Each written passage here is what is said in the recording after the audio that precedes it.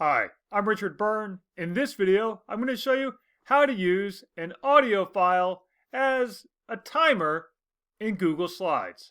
Let's go ahead and take a look at how to do this and what I mean by using audio as a timer. So you can see here I have my demo presentation and I have a little question that I put on this slide that I want my students to answer at the start of class. And I'll say, I want you to answer this question before the music stops. So what I'm going to do is I'm just going to go to the Insert menu and select Audio. And I have an audio file that I've previously uploaded to my Google Drive. It's called Countdown. And I'm going to insert it into the slide. Now I can make that bigger if I want to.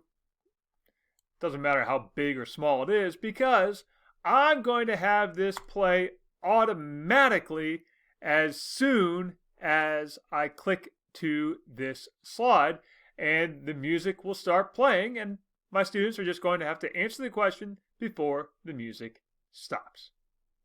Now, if I wanted to have more control over when the music starts and stops, I'll simply choose the on click option rather than the automatically play option. So that's an easy way to use audio as a bit of a countdown timer in your Google Slides. Now, if you want to use a video as a countdown timer, I have directions for how to do that linked up in the description of this video. And as always, for more things like this, including a lot more Google Slides tutorials, please subscribe to my YouTube channel.